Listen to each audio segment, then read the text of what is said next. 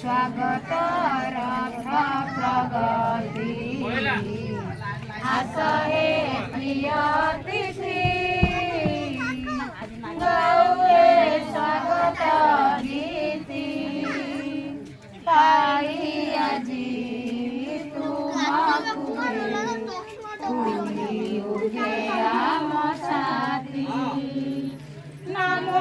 स्वागतम शुभ स्वागतम स्वागतम शुभ स्वागतम स्वागतम शुभ स्वागतम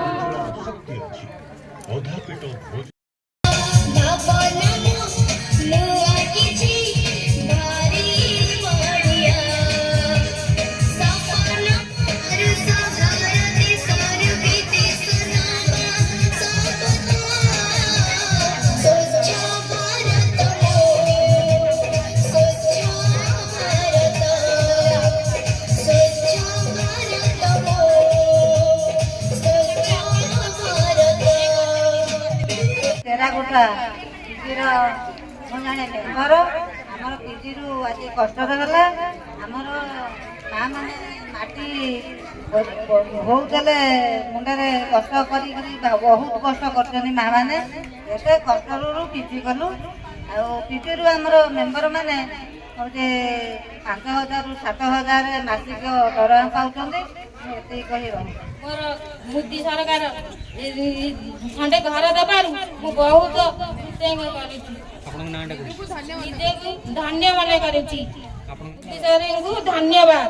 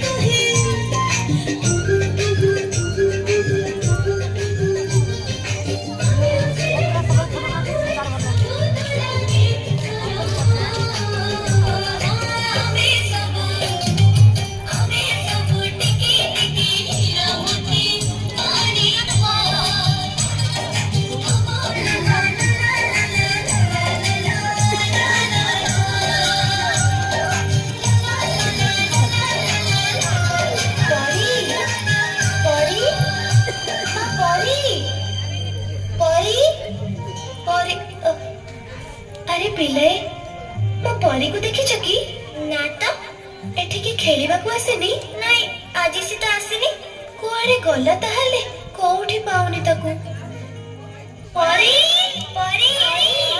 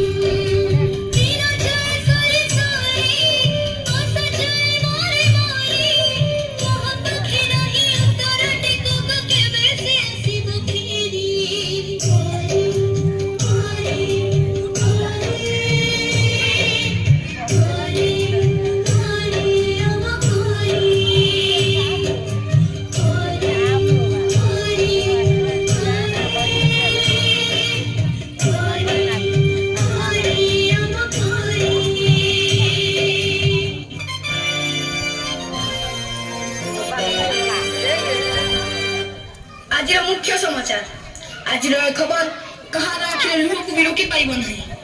ସବୁ କୁନି କୁନି ଝିଅ ହେଲେ ଗୋଟେ ଗୋଟେ ପରି। କେତେ ସଦାଗରେ ତା ନାଁ ଦିଆଯାଇଥିଲା ପରି। କିନ୍ତୁ କି ବିଡ଼ମ୍ବନା, ପରୀକୁ ସ୍ୱର୍ଗଟିଏ ଦବ ବଦଳରେ ପିଶାଚମାନେ ତାକୁ ନର୍କ ଯନ୍ତ୍ରଣା ଦେଇ ହତ୍ୟା କରିଛନ୍ତି। ଆଜି ପରୀର ହତ୍ୟା ସହ ପିଶାଚମାନେ ହତ୍ୟା କରିଦେଇଛନ୍ତି ସମଗ୍ର ମଣିଷ ଜାତିର ମାନବିକତାକୁ।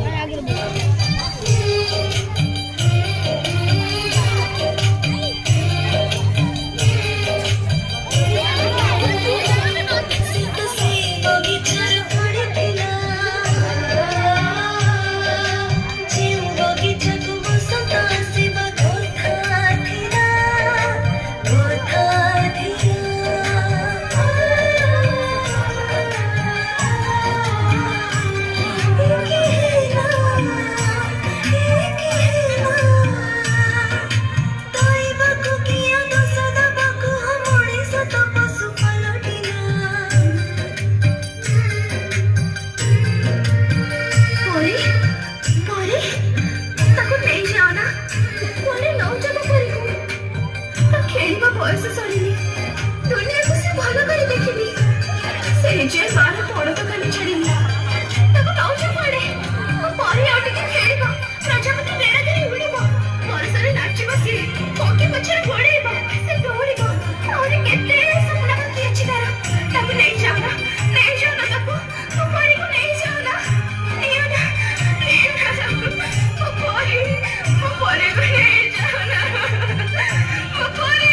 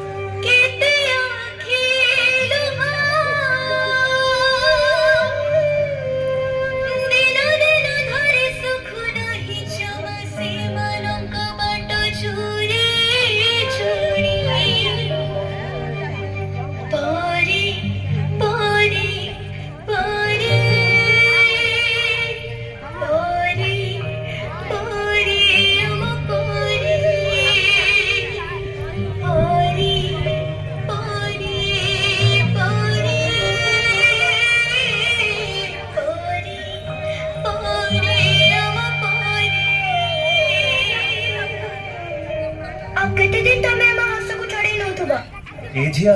टिके कबाट खोलिलु ना मु कबाट खोलिबिनी एबे घरे के हिनांती तमे परे आस आ केते दिन हम जीवन को तमे गडे चली थबो तम डाडी पठै चंदी चलो मु तुमु घरे छाड़ देबी ना मु तम संगे जीबिनी तमे डाडी को फोन लगाइलो हमें छोटा पिला बोली तमे चॉकलेट रो लोगो देखि हम खुशी लुटी नौ जा ए बा चॉकलेट खाइबो आ ने ना ना मो मां मना करछि अचिना लोकन को दारू मु किछि खाइबिनी आम मथा को आम पिठी को आउस दे आम शरीर रा हाड़ मांस चाटी दउछ तूटा ना बहुत सुंदर लागुछु पूरा परिटिए तो ना नो बैड टच आमे आ सेमिति हबा को दबुनी आमे आ सेमिति हबा को दबुनी आउ आमे सेमिति हबा को दबुनी आउ आमे सेमिति हबा को दबुनी आउ आमे सेमिति हबा को दबुनी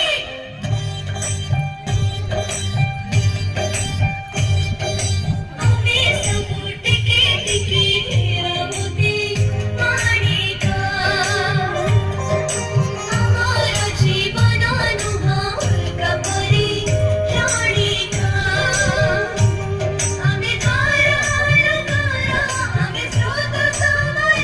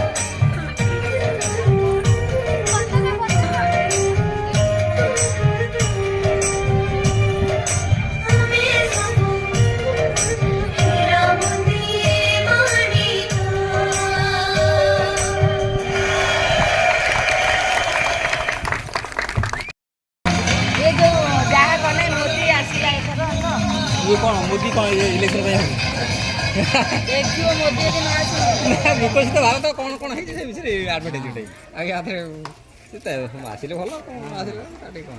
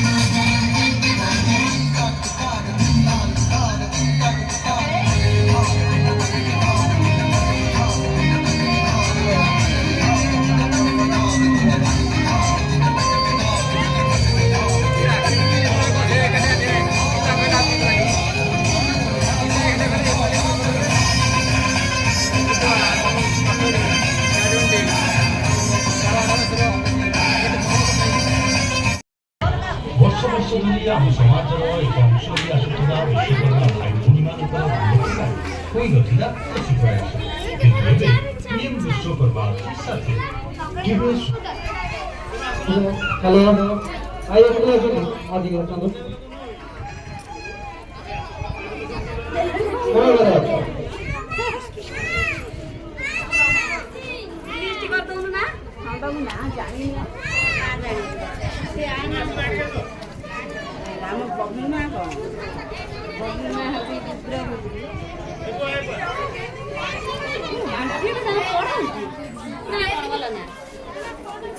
କହିଲି କାମ କରିବେ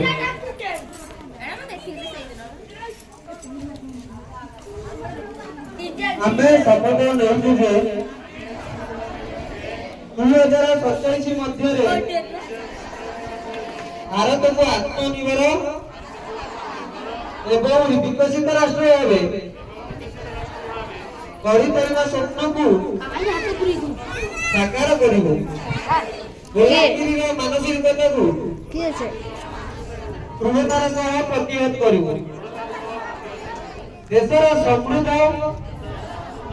ଐତିହ୍ୟକୁ ନେଇ ଗର୍ବ କରିବୁ ଭାରତର ଏକତାକୁ ସୁଦୃଢ଼ କରିବୁ ଏବଂ ଦେଶ ସୁରକ୍ଷା ଦେଉଥିବା ଦେଶ ରକ୍ଷକଙ୍କ ସମ୍ମାନ କରିବୁ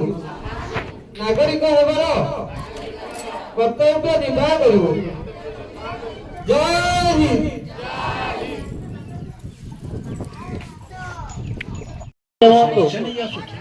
ଛୋଟ ମୋଟ ଆବଶ୍ୟକତା ପୂରଣ କରିବା ପାଇଁ ହାତ ପତାଇବାକୁ ପଡୁଥିଲା କିନ୍ତୁ ଏବେ ବୟସ୍କମାନଙ୍କ ହାତ ଆଶୀର୍ବାଦ ଦେବା ପାଇଁ ଉଠୁଛି ଏବେ ପେନସନ ଅଭିଯାନ ବୃଦ୍ଧାବସ୍ଥାକୁ ବରଦାନରେ ପରିଣତ କରିଛି କାରଣ ସଂକଳ୍ପ ଥିଲା ବୃଦ୍ଧମାନଙ୍କର ସେବା ବର୍ଷ ବର୍ଷରୁ ଯାହା କଷ୍ଟସାଧ୍ୟ ଥିଲା ତାହା ଏବେ ସମ୍ଭବ ହେଉଛି ଆଜି ଭାରତର ଗାଁ ଗାଁରେ ଡିଜିଟାଲ କ୍ରାନ୍ତି ତୀବ୍ର ଗତି ଧରିଛି।